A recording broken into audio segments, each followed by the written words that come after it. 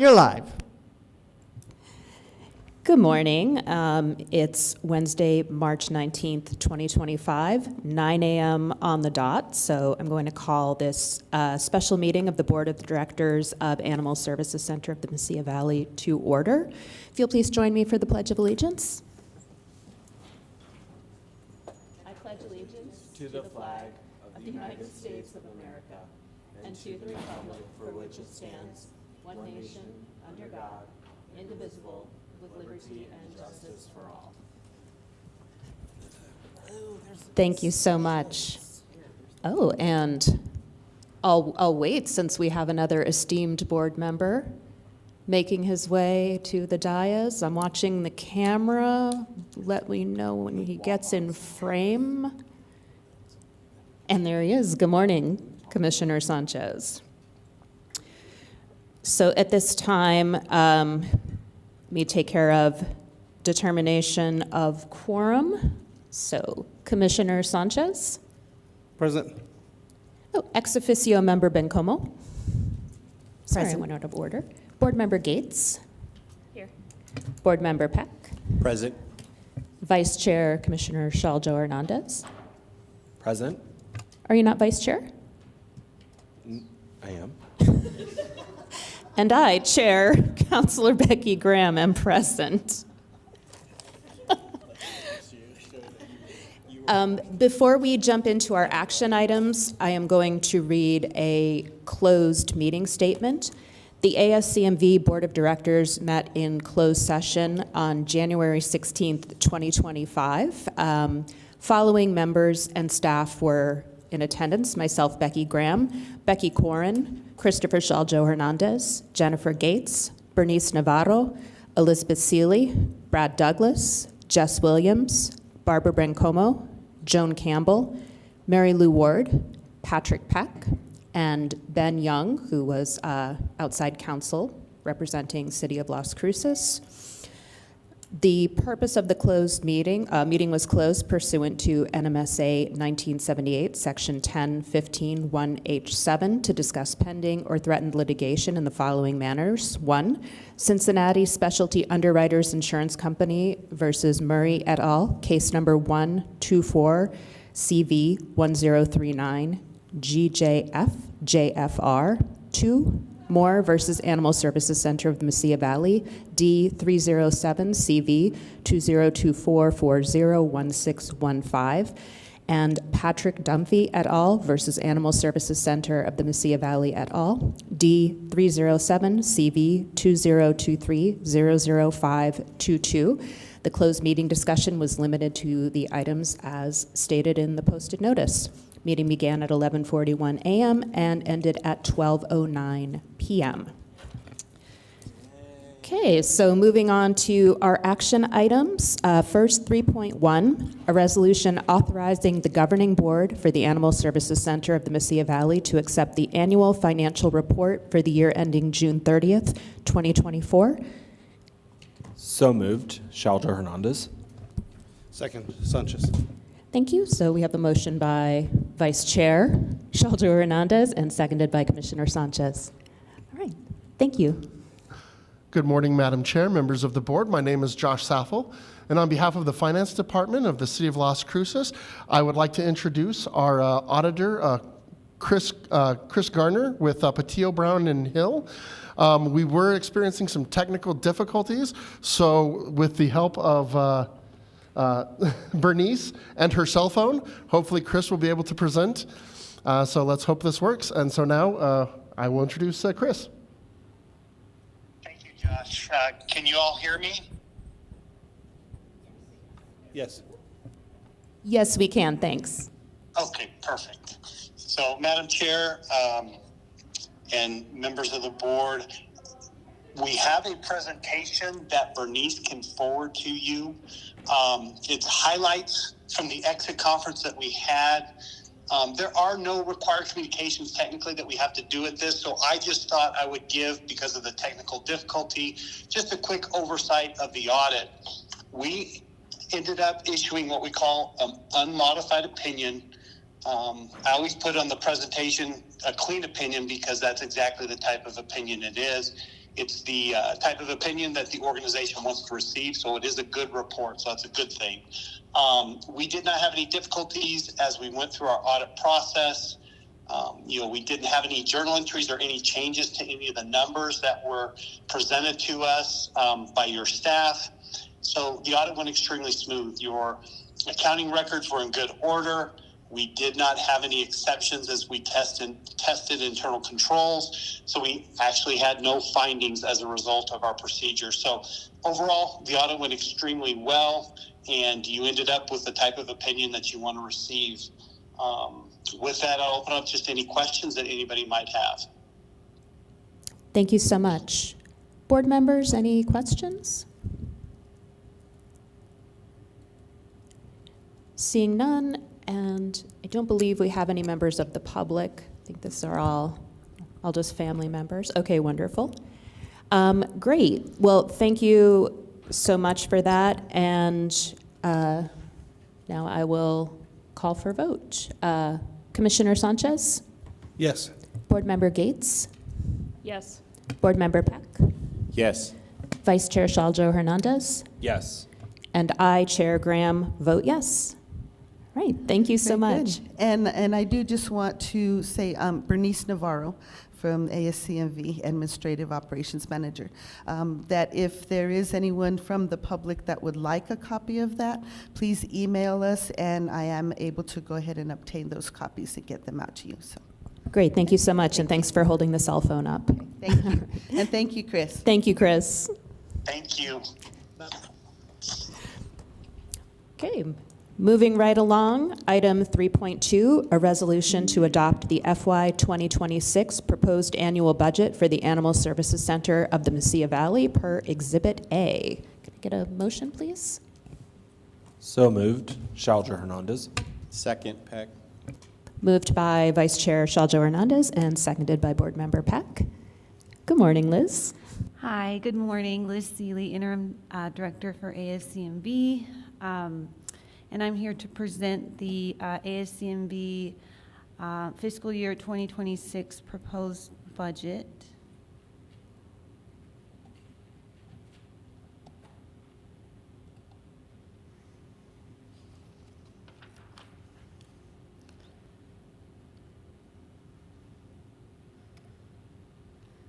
So ASCMV is requesting an increase in FY '26 of about $629,348, which equates to a 10.2% increase from FY '25. The rationale and details of this increase are going to be depicted in this presentation. So we're going to break it down by funds. Our budget has 4 funds: the Executive Director Fund, Medical, Kennel, and our Admin Operations Fund. So we'll go over each of those. And then towards the end of the presentation, we have some highlights for some of our bigger requests.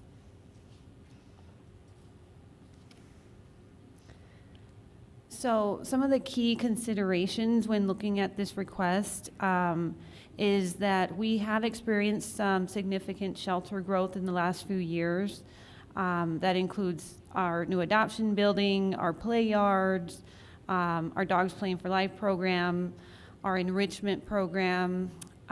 We do have plans to expand our foster and rescue program.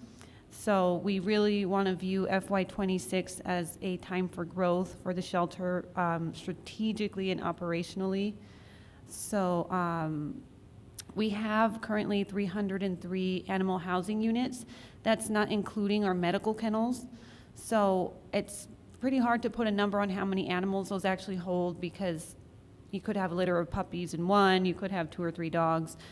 A rough estimate would be about 400 animals. That's kind of what we see every day on site.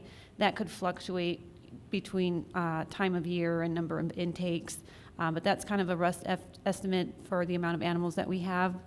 We are fully staffed with 65 shelter personnel. That includes 32 kennel staff.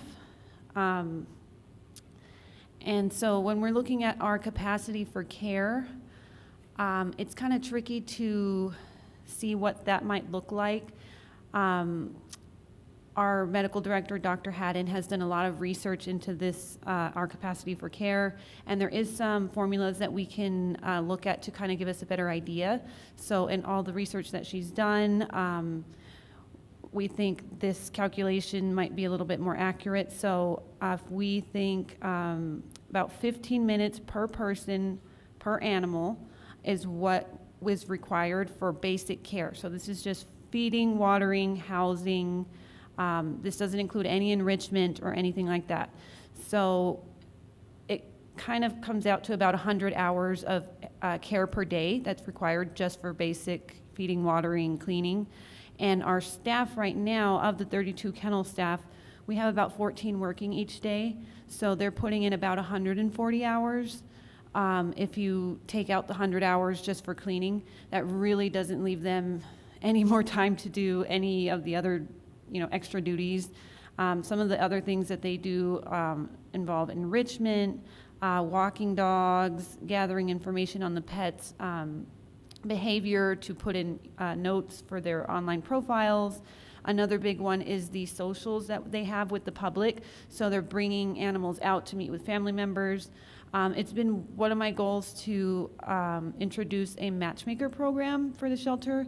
So some of our kennel staff could be trained in matchmaking, so families can make appointments with them to kind of go over their type of, their lifestyle, what they're looking for, and then our kennel staff can kind of match them up with an animal that they think fits their needs. But right now, we just don't have the staff to do that kind of stuff when we're looking at our capacity for care, and they're putting so much time into just cleaning and feeding and basic needs for our animals. So we are going to be asking for a few new positions that we'll go over. And then another thing to consider is the increases in the para and the benefits. So that's going to be the next slide. So these numbers were provided to us by HR and the budget department. So overall, the numbers that we're going to present include a 4% wage increase. That's kind of to, we're going with a 4% right now. We don't know if it's going to be 3 or 4%. We're kind of following what the city and county are going to do, which we don't know at this moment, but that's kind of a safe zone to keep us up to date so we're not getting behind on our raise increases. And then our para is increased by 0.05%. Insurance is up by 12%. Our vacant positions are budgeted at 50%.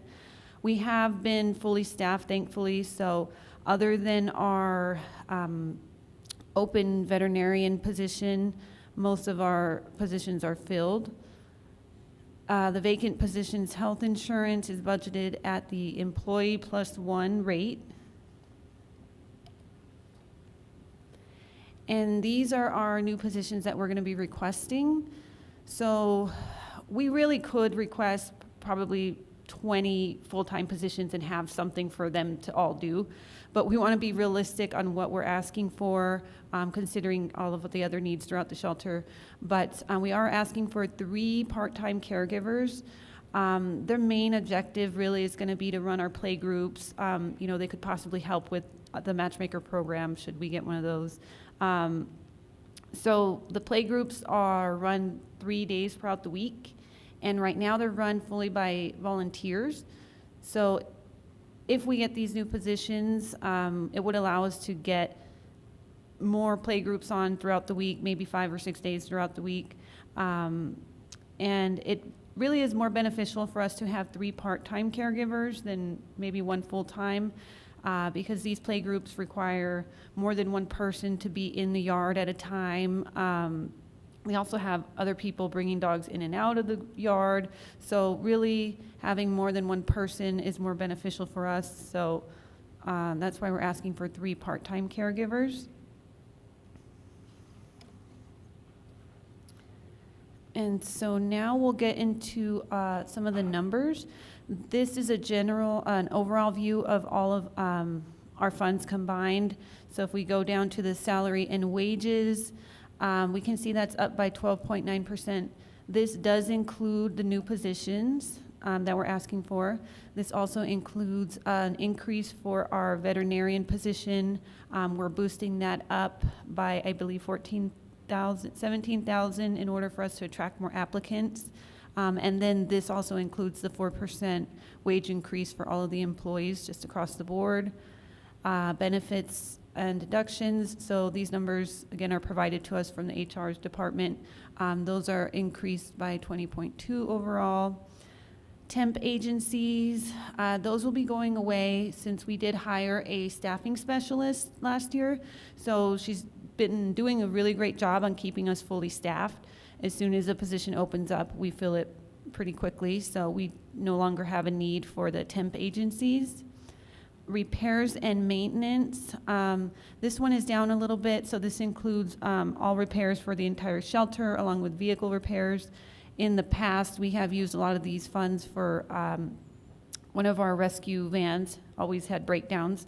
So right now it's not operational, so we will be asking for replacement funds to get a new van. Services and supplies.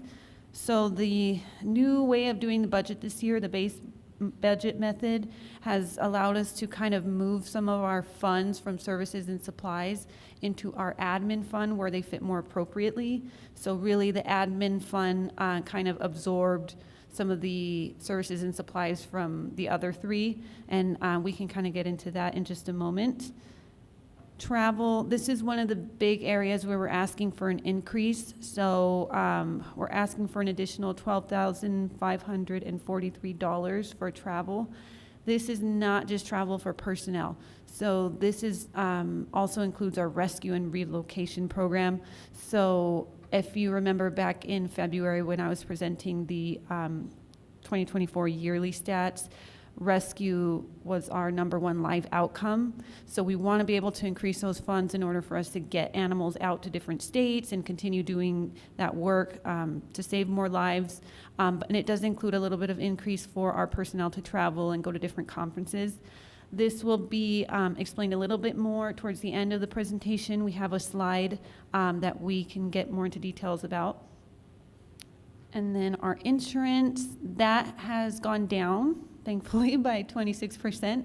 That includes liability insurance, unemployment, and workers' comp. So the reason for that reduction is that we were just able to decrease our premium by going with a different insurance agency. The other is not up by very much at all, only 0.3. That's going to include licenses, permits, and certifications.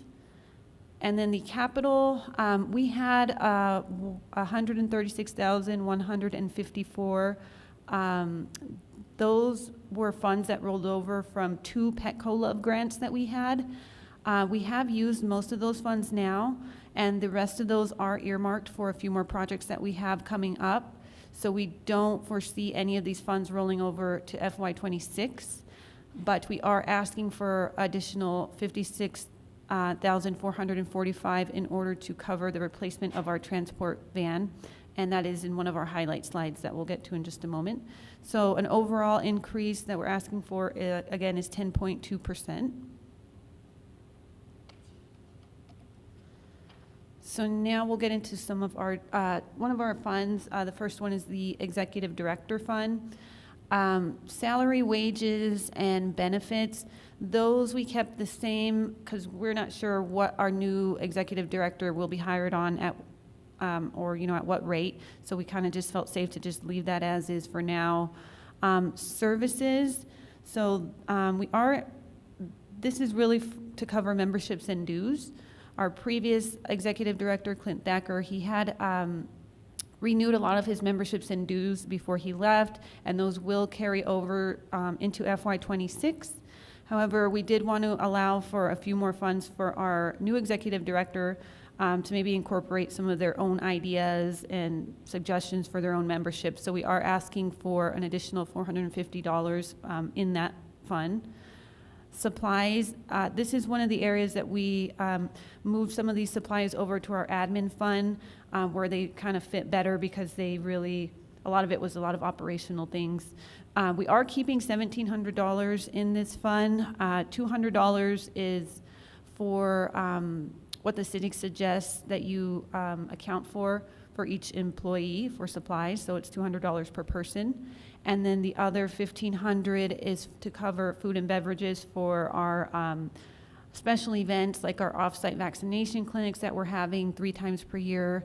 You know, we have to feed all of our employees and volunteers, so the rest of that money is what covers that. So we're asking for $1,700 to be kept in that line. Travel, this is, there wasn't a huge budget in our executive director for fund for travel, so it was only at $1,488. And again, if you consider we're getting a new executive director, we want to allow them funds to kind of incorporate their own ideas, attend their own workshops, things like that. So we are asking for more travel funds this year. And the other, that's down by $200. The other just covers licenses and permits. And the capital, this is where I mentioned the Petco Love grants are. So we had 2 Petco Love grants that rolled over. To date, we've used most of that.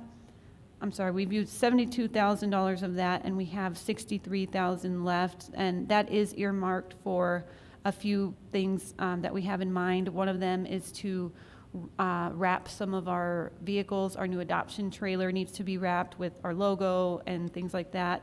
And then we are looking to use some of these funds to fund our new field trip program, as well as tops for our kennels. So our new adoption building, although it's great, the outside areas didn't come with covered tops, so they're chain link, and we have had instances where dogs can climb out and escape overnight. So we're using the majority of the rest of the grant funds to get kennel tops for those, so we don't have that issue. So this fund overall is down 39.7%. And now we get into our medical. So salary and wages, this is up 14.4%. So although there's no new positions in this fund, this is where we account for the raise that we are giving on our vacant position for our veterinarian. The current listing is $120,000, and we want to bring that up to $137,000. That's more on par for what the county hired their vet at, which I believe was $140,000. So we're just going a little bit below that to try and attract new applicants. And then again, that includes the 4% raise for the rest of the employees. Benefits is up 13.6%. The services, so this includes all professional services, from things like IDEX and Datamars, health certificates that we need in order for animals to cross over state lines, support for our anesthesia machine. So those are up just a little bit, 1.8%. And our supplies, this is where we calculate, again, $200 per employee. The medical fund has 12 staff members, so that's $2,400. And then supplies also includes things like uniforms, minor equipment, medical supplies, all of our vaccines and things like that. We also have blanket POs with Patterson Vet Supply and Medline Industries. So all of that's covered in this line item. Travel, we had a budget of $10,000, and we are asking for just a little bit more for when you take into account we might be hiring a new veterinarian. So that's one more person on our medical staff that may need to travel to different conferences to gain that experience. The other, so we had historically $4,000 in this account. This covers things like license, permits, and certifications. We haven't used most of those funds in the last few years. I think we were only using about 33% of those.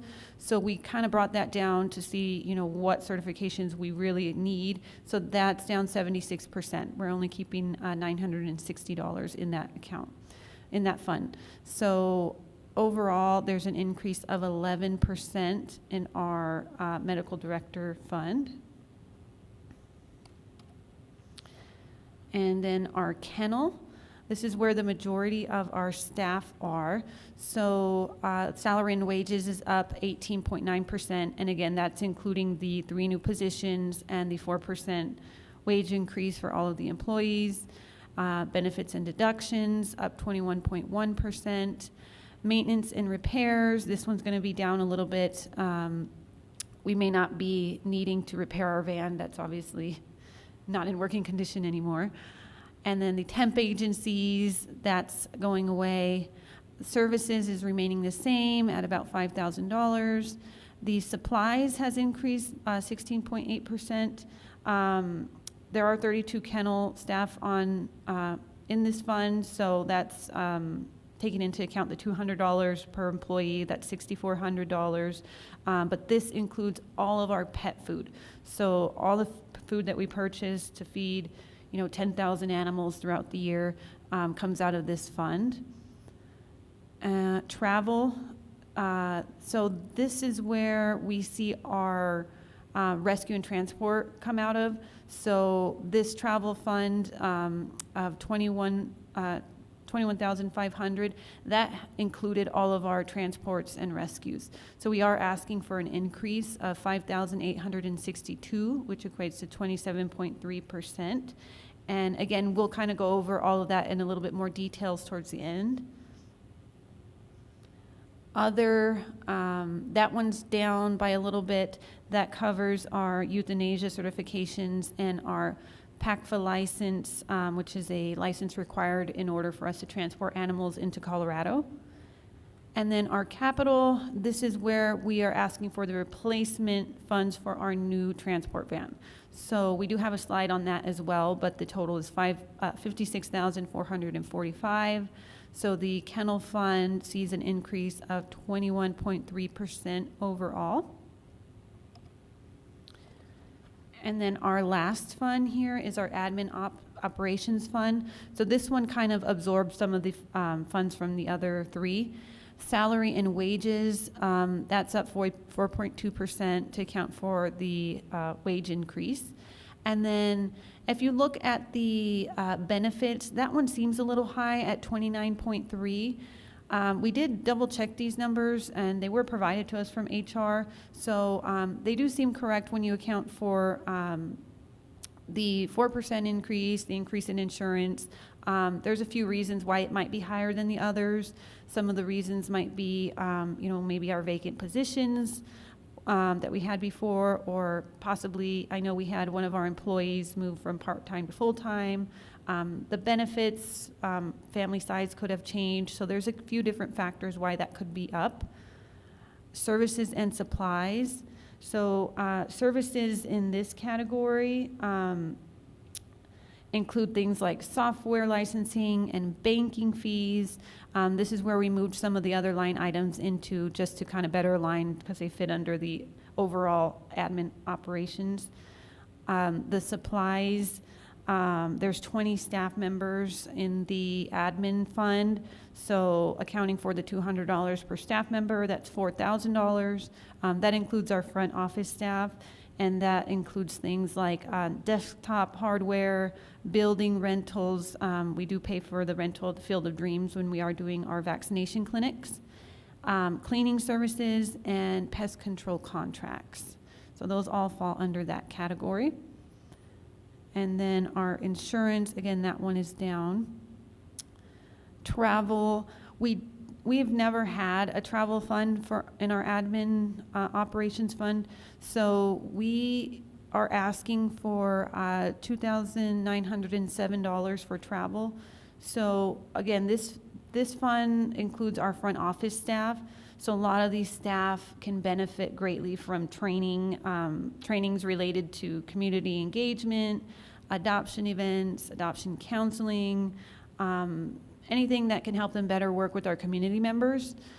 They have traveled in the past to conferences, and since there was no budget in this fund, we've had to pull that from other areas or charge it to other areas. So we'd really want to see more funds in order for some of our admin staff to attend some of these conferences and workshops.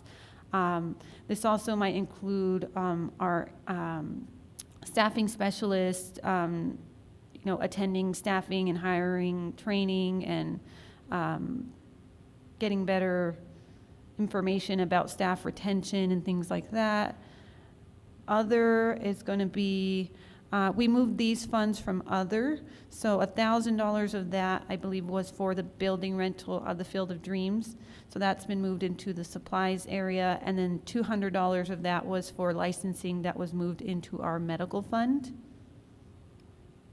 So we see an overall increase in this fund of 7.5%.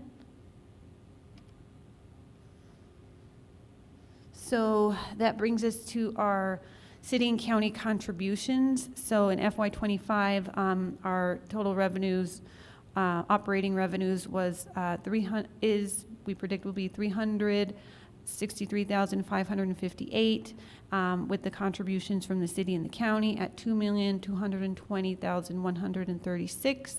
So in order for us to make this budget work, we are asking for an increase from each the city and the county of $314,674.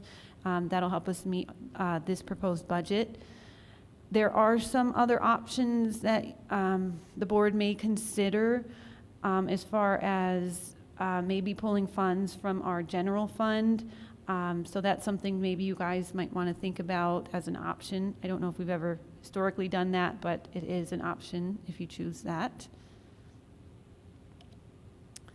So where our money comes from. This slide just shows where it's coming from, a little bit more of a breakdown for FY25. You've got the first two big contributors there at the top, and then the rest are the revenue we get from shelter operations, things like adoptions, microchipping, spay and neuter revenue. That includes community cats, low-income spay and neuter services.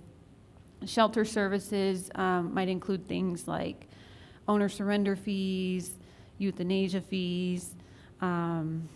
If you go down to Anthony, Sunland Park, and Hatch, that's what we collect from each of those for the number of intakes that they bring in.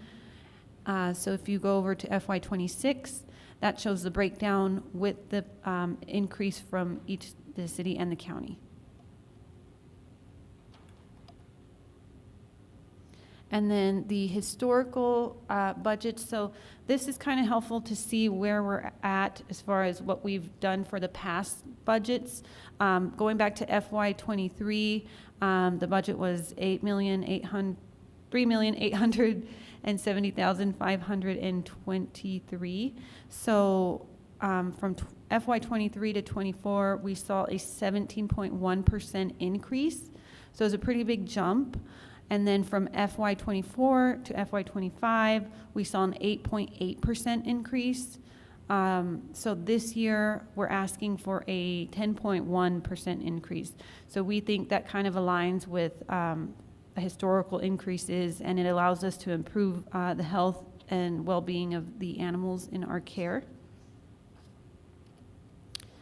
And then some of our budget highlights. So I'd like to invite Amy Tront up, our management analyst, to kind of go over some of our highlights. She's done a lot of research, spent a lot of time looking into all of these things. So she can kind of give you a better idea of what we're asking for and why. Thank you.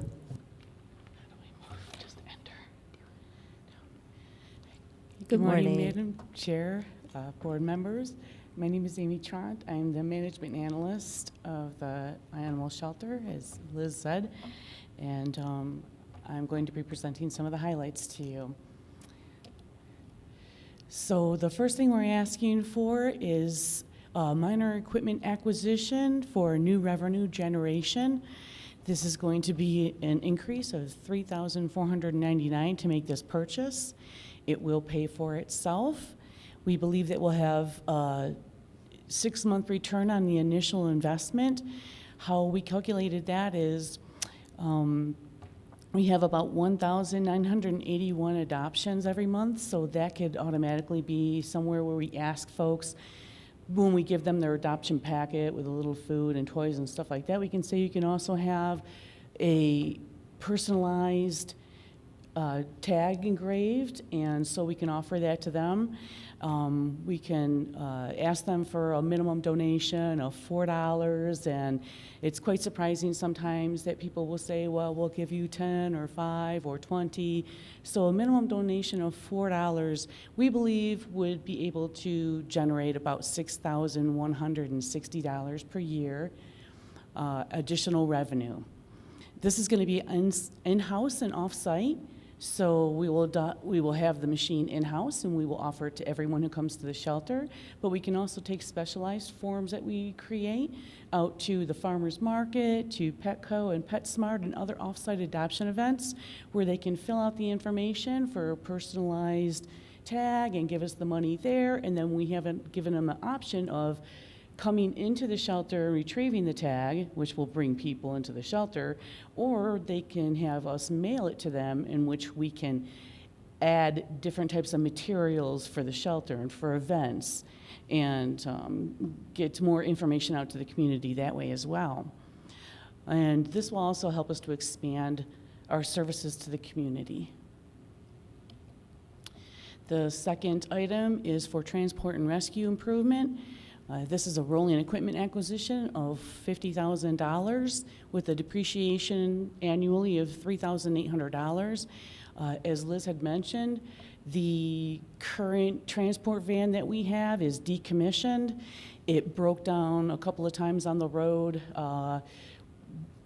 once on a trip to Arizona for transport and rescue, once up to Colorado, so it incurred such expenses as putting those folks up in hotels, getting a rental car so that they could drive back to Las Cruces, and then once the van was repaired, we had to pay for airfare to fly them back to pick up the van. So this one van cost over $15,000 in repairs. And we reached out to City of Las Cruces fleet and said, this is what's happening with this van, what can we do about it? And they did tell us about a policy where it's a one-time repair policy, where it is no longer feasible or financially feasible to continuously repair an item that's going to continuously be out of commission. So under that policy, they said that we could possibly ask for the funds to get a new transport van. We would like to save as much money as we can on this. Just repurposing the containers that are in there currently will save us about $50,000. And what we'll do is our maintenance facility folks will take out the old containers, and if we can get a similar van with the same configuration, we can just take those out and put those into the new van, and it'll save us a lot of money. The only thing we'll have to pay for is some labor for HVAC, which is going to be about $1,200, because the containers are controlled heat and cooling for the animals during transport. But the rest of it we think we can do in-house on our own. The second thing is, moving on to play yard improvements. When they built the play yards, because we live in the desert, there wasn't a whole lot of consideration about how much rainwater we would obtain. So as you can see in these photos, there's quite a bit of flooding that goes across all three play yards. And we worked with city engineers on different types of resolutions, and they said, well, because of a play yard where animals defecate, the rainwater cannot be run off into the desert, so it has to be seeped into as standing.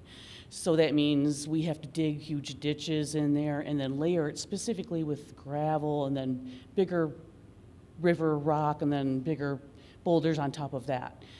So our facilities manager did the first play yard with volunteers and staff that came out on their own time, dug all this stuff up, and actually filled in the craters and got that first play yard operational. But an itemized list that he presented to me, it's going to take about $4,695 additional for supplies, for the mini backhoe rental, and then we once again will do all the labor in-house and get all three of these play yards operational. Professional development, we keep talking about how we're fully staffed, and we are, and what we want to do is institute a robust in-house training program. So what we're thinking of is, instead of sending 4 people, 1 from each fund, out to the same event, the New Mexico Animal Welfare Best Friends or any of those conventions, we'll send 1 or 2 from each of the funds, 1 from kennel, 1 from medical. They'll come back with all the materials and then develop some type of in-house training with that material, program material, and then we can train the other folks. Another thing we're going to move to is more online conferences, online workshops, and online certification programs that have credible certification programs, something that our staff can use so they can become certified in TNR workshops and community cats program that we have. They can surrender prevention. That's one of those reasons why we're asking for admin to have their own travel funds now, because they're our first line when people come into the lobby. And they can work with the community members who are coming in to surrender their animals. If we have some certified surrender prevention folks on staff, we can possibly stop some of those surrenders from happening. So another thing is to prepare for the medical facility expansion. There's a couple of highly regarded medical conferences out east that specifically talk to shelter medicine, shelter procedures. Our medical director wants to put more dental services for the community. This conference right here actually shows a lot of those different procedures, and they have panel discussions and special workshops where she can attend and network and get that type of support to ramp up those types of services. So this is what the professional development and our transport will cost. So you can see on the bottom line there, that's the transport and rescue. That's the $19,000. We're asking for $22,000 for a $3,000 increase, and that's for like almost 25% of how we of our outcomes for the shelter. The other items, Liz had gone over the numbers.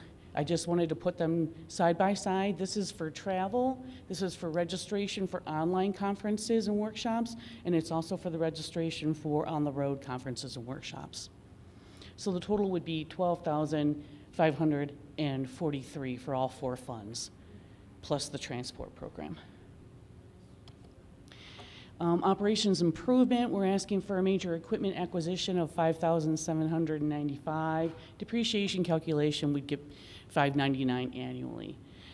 The reason for this is if you see the first photo with our control officer, you can see the load base for this is at 4 feet.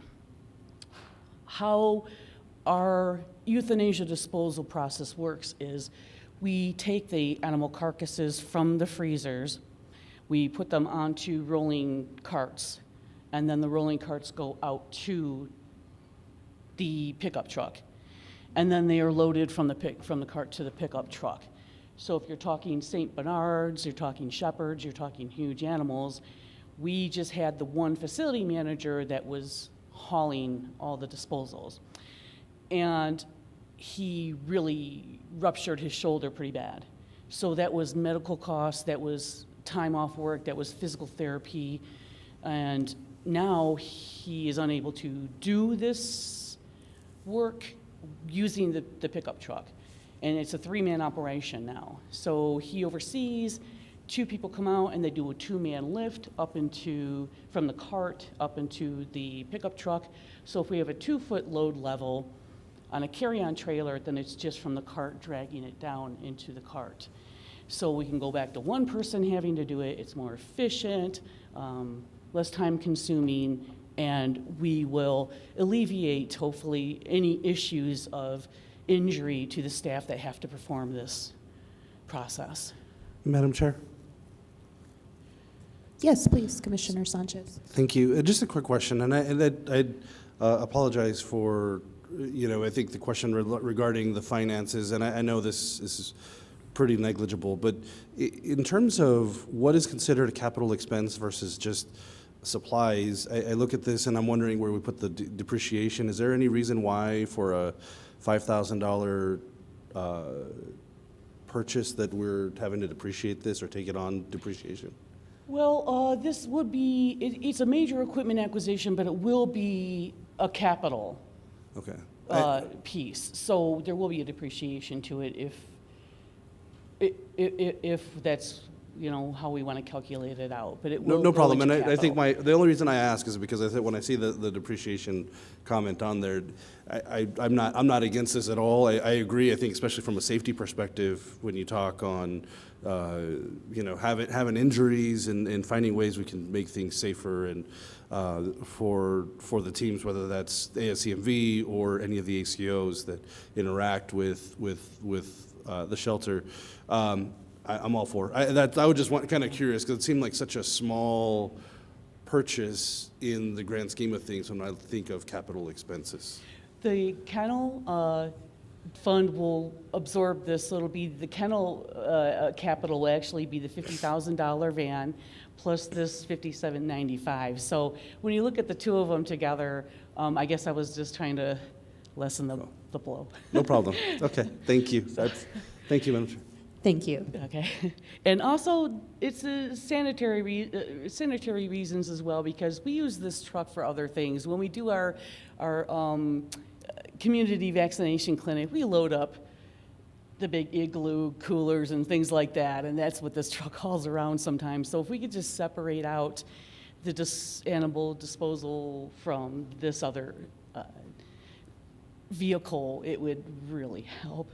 And Madam Chair, just curious, and I know this is a site maybe discussion in the future, but if we're looking, I think this brings to mind, and I think I don't ever ask this, but I think when we think of safety, is there any other items that, like I said, these to me are like small dollar things that we could look at in the future. Are there any other suggestions that maybe staff or, you know, if there are suggestions, I'm not saying that if it doesn't exist, great, but if there are opportunities for us to look at small things that make the staff's life safer, better, more productive, I'd be curious to maybe have some discussions in the future to see, because they said I would have never, they said people do their day-to-day activities so much, and then until somebody gets hurt, and then we're looking at it, but if there's an opportunity for us to maybe think about that in the future. And I think, you know, I think even just me as in the county and all the operations we have, I think that's something that I need to be asking our teams as well. So I know I'm stuck on this because it's just such a small thing, but it's a big thing too for keeping our people safe. So thank you. And Liz, I don't mean to put you on the spot, but just maybe in the future, if there's opportunities to maybe look at, I'd be curious to see if there are other suggestions, improvements. The shelter has instituted safety protocols, especially in the kennel area, based on some of the kennel staff that they need to go into a kennel with 3 or 4 dogs, and you know, and those are things that we teach also our volunteers that come in, those safety protocols. So that is very dynamic, and it is always happening. So Thank you for allowing me to take us off onto a little tangent, but I appreciate the answers and the discussion. Thank you, Madam Chair.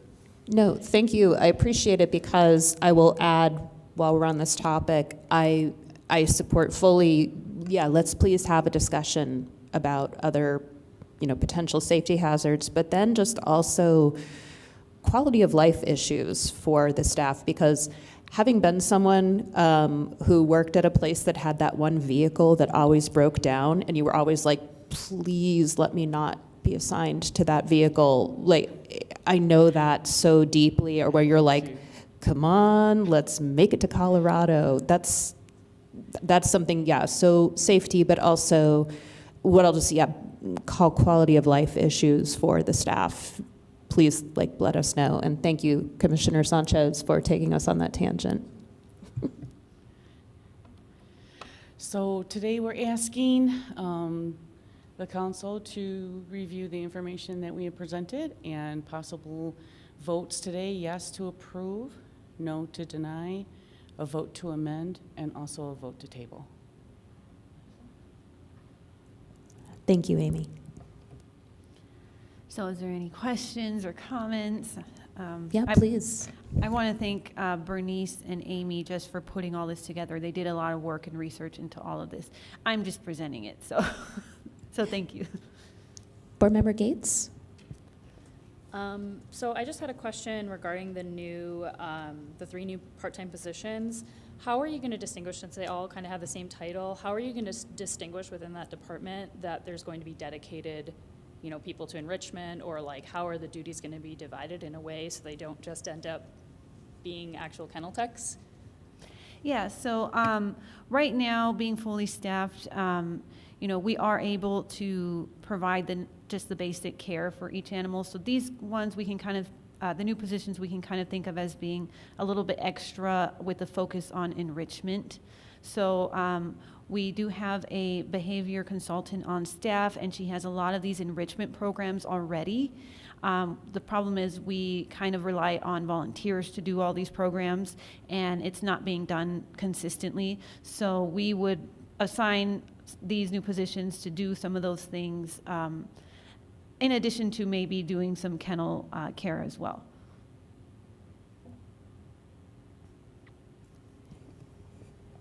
Other questions, comments, thoughts? Madam Chair? Commissioner Sanchez? Thank you. When we look at the new van that we're trying to plan on, is there been any discussion at all, or possibility, feasibility, I guess, more than anything, of possibly looking at, rather than just using a regular van, to maybe looking at using an EV transit van? We did do some research in, the problem is, there's not a whole lot of huge vans out there that fit this bill. These are built-in kennels specifically for transport, so they have ventilation, they have drains. If we're going to use the same kennels from our old van, which would save us about $50,000 if we can, we really have to look at getting another Ford Transit in order to make that configuration work. I don't know if they make an EV in that type of van. I know that they discontinued the diesel model, which is the model we have that is causing us all of these problems. Like Madam Chair said, I was one of the people driving in one of these breakdowns. I had to spend 5 days in Colorado when I thought it was just going to be like an overnight trip. So yeah, the problem is, just the diesel model in that Ford van. So Ford might make an EV model that we can look into.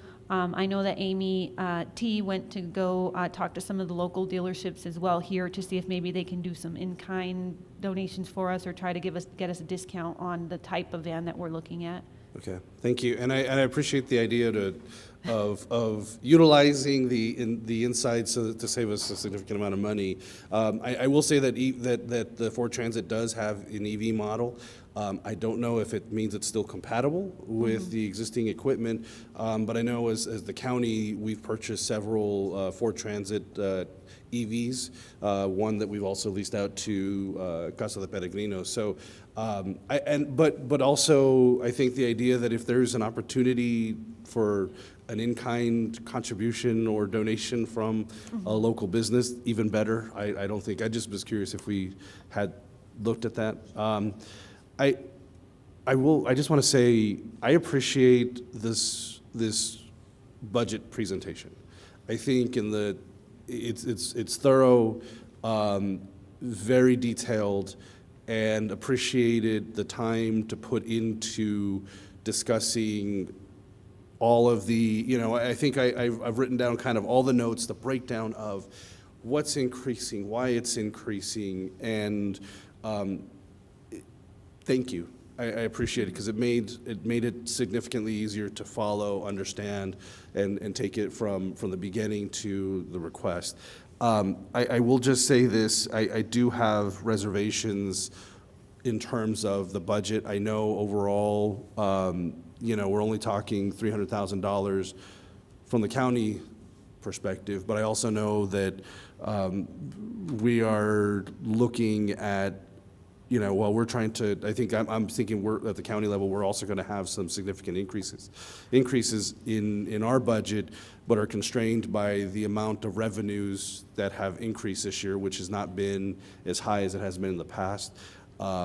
So I will probably have reservations when I vote yes, because I don't know how that'll fully fit into on the county side of things. But I think, like I said, every one of the asks seems reasonable in the request. So, but thank you so much for that. Thank you for that. And yeah, again, thank you to Amy Tront and Bernice. Amy worked really hard to justify each one of these asks. I think there was 90 documents attached to this budget that just justified every little thing. Other questions? Board Member Peck? Nice job, Liz. Thank you very much. Amy, Bernice, great job. Vanessa, good job on the overall. Would you touch a little bit about, since I'm on the Finance Committee, I know this was a loaded question, but I think it needs, this, you know, when you looked at these numbers, the city did back off their physical agent fee, is that correct? I'm sorry, can you repeat that? The city backed off their physical agent fee in this when you were doing the budget. It was originally over $450,000? Yes, it had actually doubled, I believe, from FY25. So that was, this presentation did change a lot when we were thinking about that. We didn't have a lot of these requests in to account for that. And that was one of the options we were going to consider asking to be reduced. But that did get reduced on its own. So it is, I think, the same as from FY25, which was around 200,000, I believe. And Liz, you're looking at a 12% increase to health insurance for 65 employees, is that right? Let me just double check. Trust me, you are. Yes. Plus a 0.5% in your para increases, so the overall increase Yes. to benefits is impacting this as well. So I really think that you've done a good job.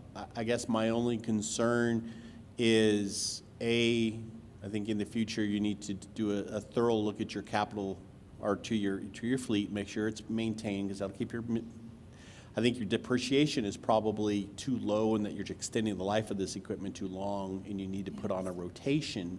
So I'd like to see that number increase a little bit in the future. I'm not talking about changing it today, but let's get some realistic numbers.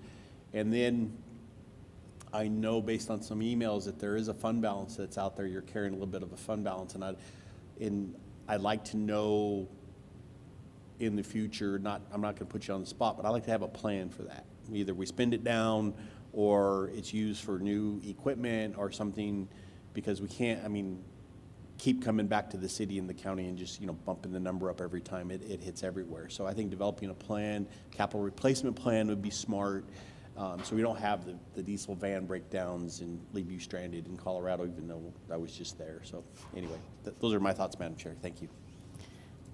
Thank you. Any others? Ex officio member Bencomo? Thank you, Madam Chair and Board. Regarding the available fund balance. So there have been discussions in the past with the board as to whether the Animal Service Center should carry a fund balance or what amount it should be, because the primary supporting entities, the city and the county, are required to have a 1/12 fund balance, for example, but there's not that requirement for the Animal Service Center. So we did have a brief email exchange about this after the presentation yesterday, because I do know that some other JPAs, when they have requested increases to their budgets, have taken it from their fund balance. Currently, the projected fund balance for the Animal Service Center is at $688,000 by the end of the fiscal year. Most recent financials right now show it at just over $900,000, but we, of course, anticipate some uses of funds through the year. But in any case, I'm not advocating for the entirety of that fund balance to be used for the potential increase that we're seeing here. However, I do think that it is prudent to consider a portion of the fund balance to be utilized for this purpose. And I think from a financial standpoint, it makes sense. Again, it could be anywhere from $200,000 to $300,000. That would still leave almost $400,000 in the fund balance. And then I agree that it would be a good idea to discuss this further with respect to the amounts that should be kept there or what they should be spent for. Effectively, when you're looking at a fund balance, we're saying that we budgeted for a certain amount, we didn't spend that amount, it goes to fund balance at the end of the year. So, and not that I'm saying that this could happen, but you don't want to give an incentive for someone to over budget and then to build up that fund balance for other purposes. We want to be very intentional about what we're spending for. Do we need to purchase more fleet? You know, are there safety concerns? We want to be able to utilize our funds to the best ability. And so philosophically, that may mean that the amount of fund balance that is maintained by the Animal Service Center, you know, not be beyond a certain amount, because that's what it's really reflecting, sort of a disconnect from the budget to the actuals. So thank you. Great. Thank you so much. Board Member Peck?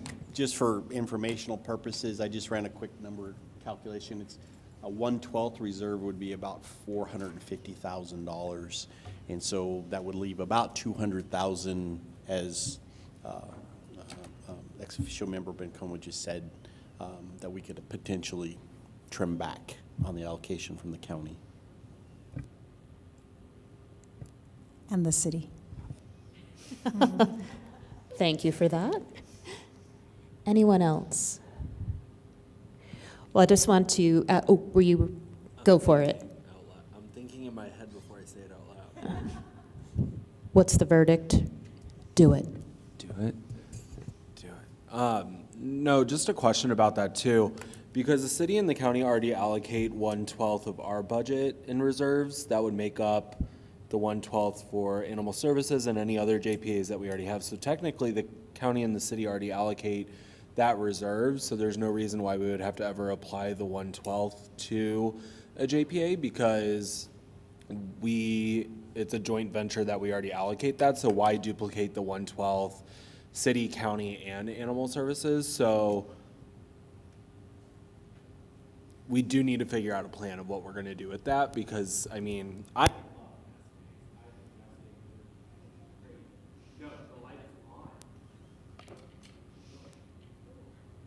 my God, it was not. Let the record state that Vice Chair Shalja Hernandez did not break the mic today.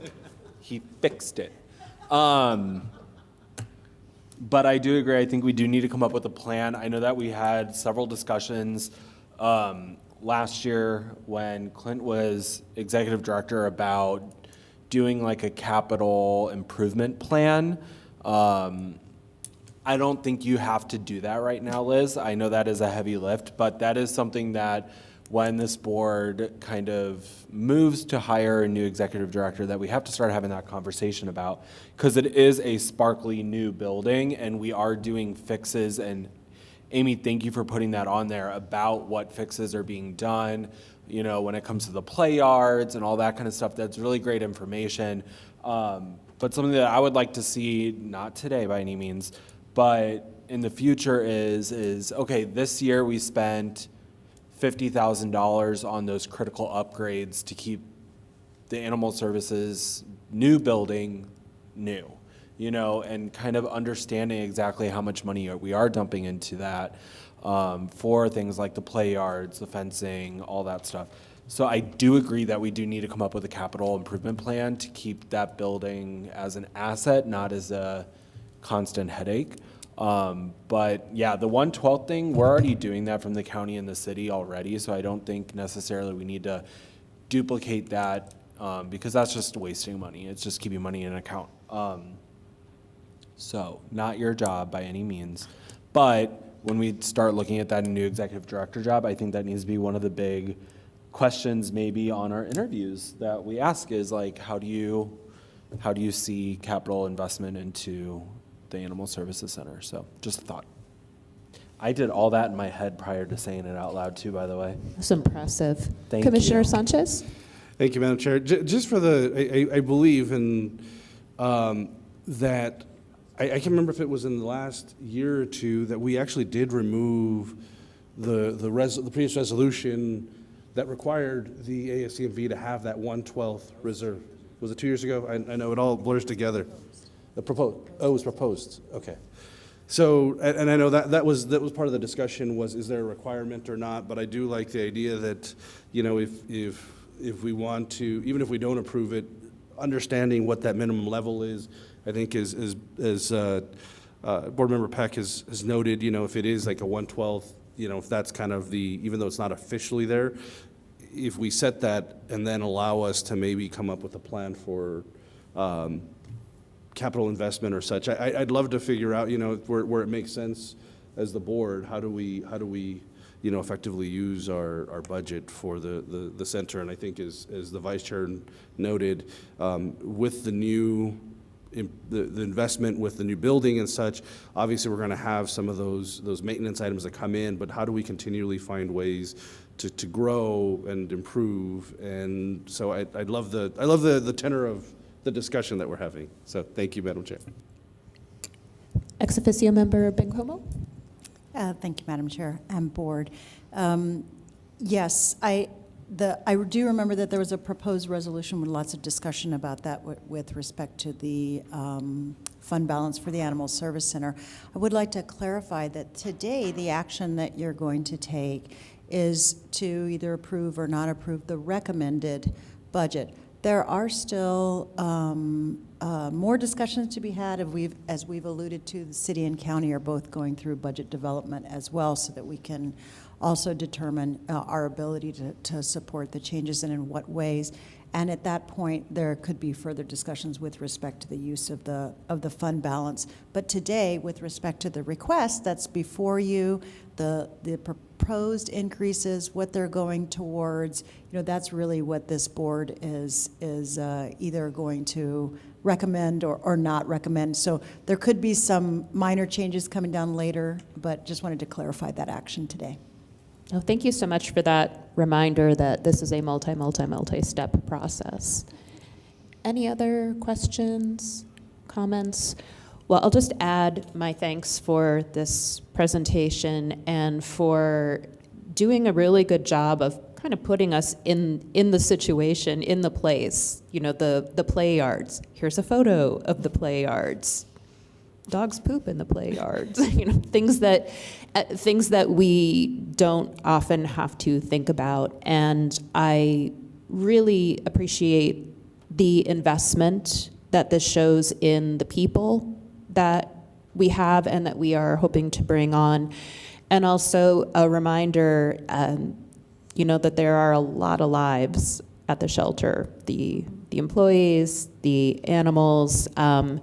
I know on Monday, my colleague on City Council, Councilor McClure, shared that she just adopted a puppy from the shelter, and she said she had so many kudos because they went 5 separate times and did a sleepover. And she was like, thank you so much for your patience, but for making sure that this is the family member who is going to fit in with a 15-year-old cat and a couple of kids and her mom, and you know, all of that is just, it's time and it's investment and it's training and it's matchmaking, just like you said. So thank you for the thoughtful investment that this budget reflects. And if no more comments, let's go ahead and vote. Commissioner Sanchez? Yes. Board Member Gates? Yes. Board Member Peck? Yes. Vice Chair Shaljo Hernandez? Yes. And I, Chair Graham, vote yes. So thank you so much. Oh, yay. Yay, Amy. Me too. Me too. Thank you. All right. And I believe that finishes us off. So we are adjourned at 10:09 a.m. Thank you.